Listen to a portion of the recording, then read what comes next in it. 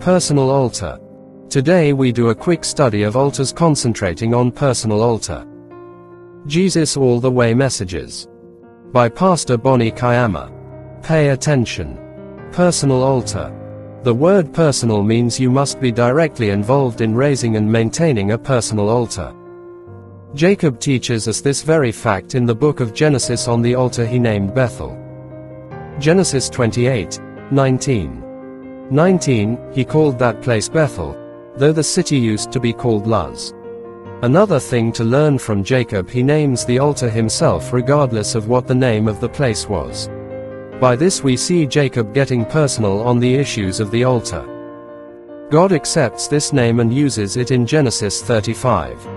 Genesis 35:1. Then God said to Jacob, "Go up to Bethel and settle there, and build an altar there to God, who appeared to you when you were fleeing from your brother Esau." Everyone must be ready and willing to communicate and worship God on a personal level. It is not wrong to ask people to pray for you. It is not also wrong to worship as a group. But the Bible speaks of personal dedication and consecration, which definitely leads to raising of a personal altar. Romans 12:1. Therefore, I urge you, brothers and sisters, in view of God's mercy, to offer your bodies as a living sacrifice, holy and pleasing to God. This is your true and proper worship. To be sure that your body is fully offered to God as a living sacrifice, one must get personal about it. Altars are raised by intentional people. There are no altars that happen accidentally. Have a meeting point, place and time with God. People who raised altars purposed to do it, whether the altar is of darkness or of light.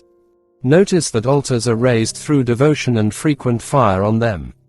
This means those who raise altars must keep constant fire on them. This is what is portrayed in the book of Leviticus 6:12. The fire on the altar must be kept burning. It must not go out. Every morning the priest is to add firewood and arrange the burnt offering on the fire and burn the fat of the fellowship offerings on it. You must keep or maintain a constant visit on your altar for establishment. Everyone you admire in the kingdom that is successful and moves with genuine power, one thing is common: an altar is speaking in their lives. Stop admiring and raise your own, otherwise you will remain a beggar. The Bible says in Proverbs 22:7, the rich rule over the poor, and the borrower is slave to the lender. Why would anyone want to remain a slave for what they can have and do for themselves? This sometimes is as a result of being lazy.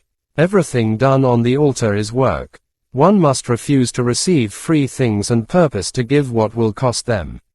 We learn this from David in the book of 2 Samuel 24:24.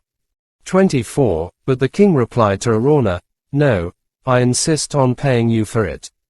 I will not sacrifice to the Lord my God burnt offerings that cost me nothing." So David bought the threshing floor and the oxen and paid 50 shekels of silver for them. This generation is so much connected onto easy, fast and free things, microwave generation, if you like. This has made the devil take advantage of the ignorant, mostly in the church. A lot of cornmanship happening left, right and center. Anyone who doesn't want to teach you how they do it is not a good teacher. They want you to keep relying on them. Begin to make your own personal covenants with God. We learn this from Jacob in Genesis 28:20. Then Jacob made a vow, saying, "If God will be with me and will watch over me on this journey I am taking and will give me food to eat and clothes to wear." A personal altar ushers self-deliverance. Let me end there today, but make sure you raise your own altar as soon as possible. This is Pastor Bonnie Kayama of Resurrection Dunamis Sanctuary. Follow us on YouTube channel Trumpet Time Media. God bless.